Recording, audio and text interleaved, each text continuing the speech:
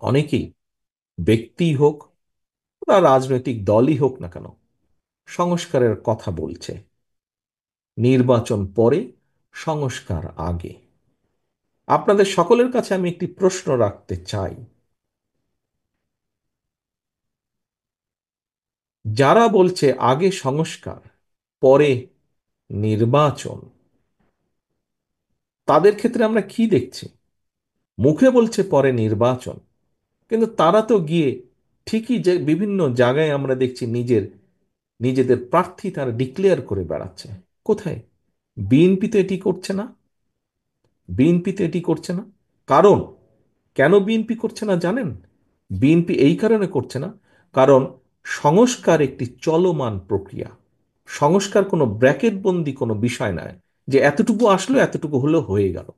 সংস্কার একটি চলমান প্রক্রিয়া। যেহেতু আমরা বিশ্বাস করি, সেজন্যই আমরা বলি যে নির্বাচন এবং সংস্কার এটি চলমান প্রক্রিয়া।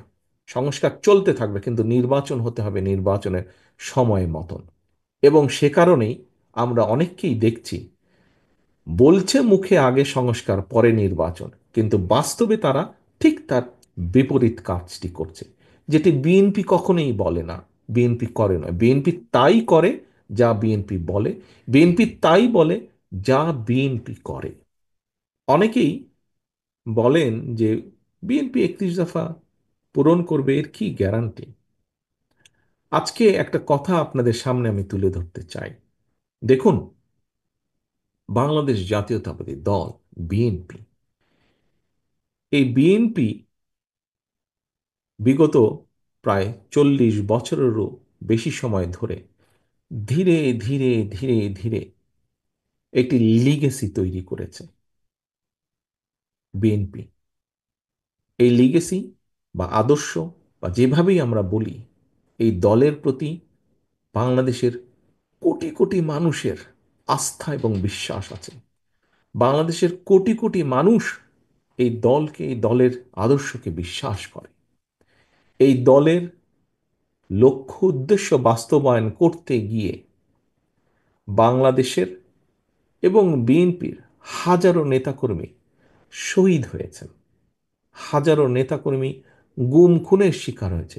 লক্ষের উপরে মানুষ, এই দলের সমর্থক, এই দলের রাজপথের কর্মী, সক্রিয় কর্মী, লক্ষ লক্ষ মানুষ অত্যাচার, নির্যাতনের শিকার হয়েছে। আমরা যখন 31 দফা জাতির সামনে উপস্থাপন করি, তখন কিন্তু দেশে একটি ভয়াবহ অবস্থা, অত্যাচার নির্যাতনের একটি স্টিম রোলার। আমাদের দলের নেত্রী, দেশনেত্রী খালেদা জিয়া তখন জেলে বন্দী।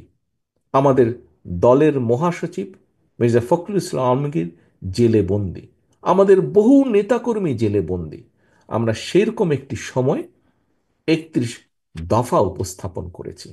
কাজী, যেই দলটির প্রতি কোটি কোটি মানুষের আস্থা, মানুষের বিশ্বাস, মানুষের ভালোবাসা, সেই দলটি কোন প্রেক্ষাপটে থেকে 31 দফা উপস্থাপন করেছে?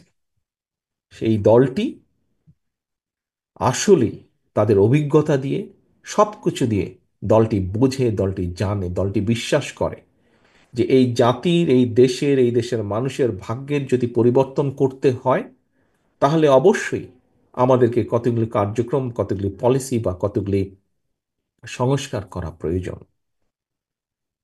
এই দেশে সংস্কার বলতে যা বোঝায়, একটি রাজনীতিতে, সমাজে সংস্কার বলতে যা বোঝায়, সেটি কিন্তু শুরু করেছিল বিএনপি। বাকশাল থেকে বহুদলীয় গণতন্ত্রের প্রবর্তন, এটিকে সংস্কার নয়, এটি তো বিএনপি করেছে। দুর্ভিক্ষ থেকে খাদ্য রফতানির দেশে পরিণত করা, অন্তত খাদ্য স্বয়ংসম্পূর্ণ করা কম বেশি, এটি কি সংস্কার নয়? খাল খননের মাধ্যমে কৃষকের জমিতে পানি পৌঁছে দেওয়া, এটি কি সংস্কার নয়?